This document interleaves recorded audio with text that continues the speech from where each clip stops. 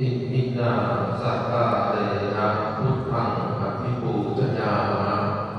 อิมินาสักกาเตนะธัมมังอภิปูชยามะอิมินาสักกาเตนะสังฆังอภิปูชยามะอะระหังสัมมาสัมพุทโธภะคะวาพุทธังภะคะวันตังอภิวาเทมิสัพพะคาโตภะคะวะตาธัมโมธัมมังนัมมสสามิสุปฏิปันโนภะคะวะโตสาวกสังโฆสังฆังนัมมามิสาธุมะยังพันเตภิกษุภิกษุรัตนทายะติสรเนนะสหปัญจศีลานิยาจามะ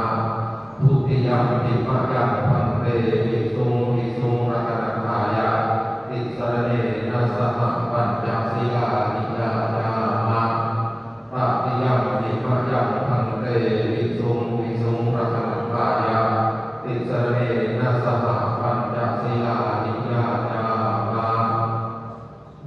นะโมตัสสะภะคะวะโตอะระหะโตสัมมาสัมพุทธัสสะนะโมตัสสะภะคะวะโตอะระหะโตสัมมาสัมพุทธัสส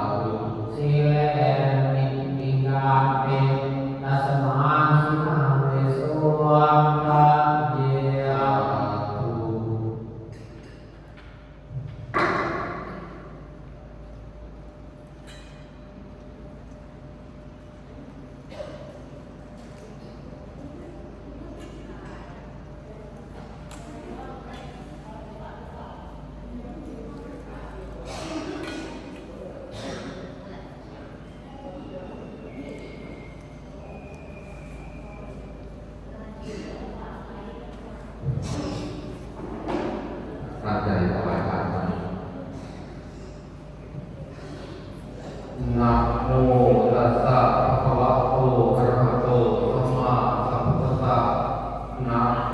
ตัสสะภะคะวะโตอะระหะโตสัมมาสัมพุทธัสสะนะโมตัสสะภะคะวะโตอะระหะโตสัมมาสัมพุทธัสสะอิมังสุปะพยัญชนะสัมปันนังสาลีนังโภชนานังพุทธกังวรังพุทธัสสะปูเทมะอิมานิมยังพันเตมัตตกะภัตตานิสัพพิวารานิภิกขุสังฆัสสะโอโนชยามะสาธุโนพันเตภิกขุสังโฆอิมานิมัตตกะภัตตานิสัพพิวารานิปฏิคันหาตุอัมหากันเจวะมาตาปิตุอาทีนันจายาตกานังกาลกตานังทิฆรตังหิตายะสุขายะข้าแต่พระสงฆ์ผู้เจริญข้าพเจ้าทั้งหลายขอน้อมถวายมัตตกะภัตตาหารพร้อมทั้งบริวารทั้งหลายเหล่านี้แด่พระสงฆ์ขอพระสงฆ์จงรับมัตตกะภัตตาหาร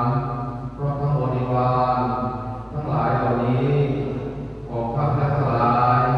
เพื่อประโยชน์เพื่อความสุขแก่ข้าพเจ้าทั้งหลายแก่ญาติของข้าพเจ้าทั้งหลายมีบิดามารดาและผู้ที่ทำการร่วงรับไปแล้วมีคุณพ่อเกียรติแก้วทอง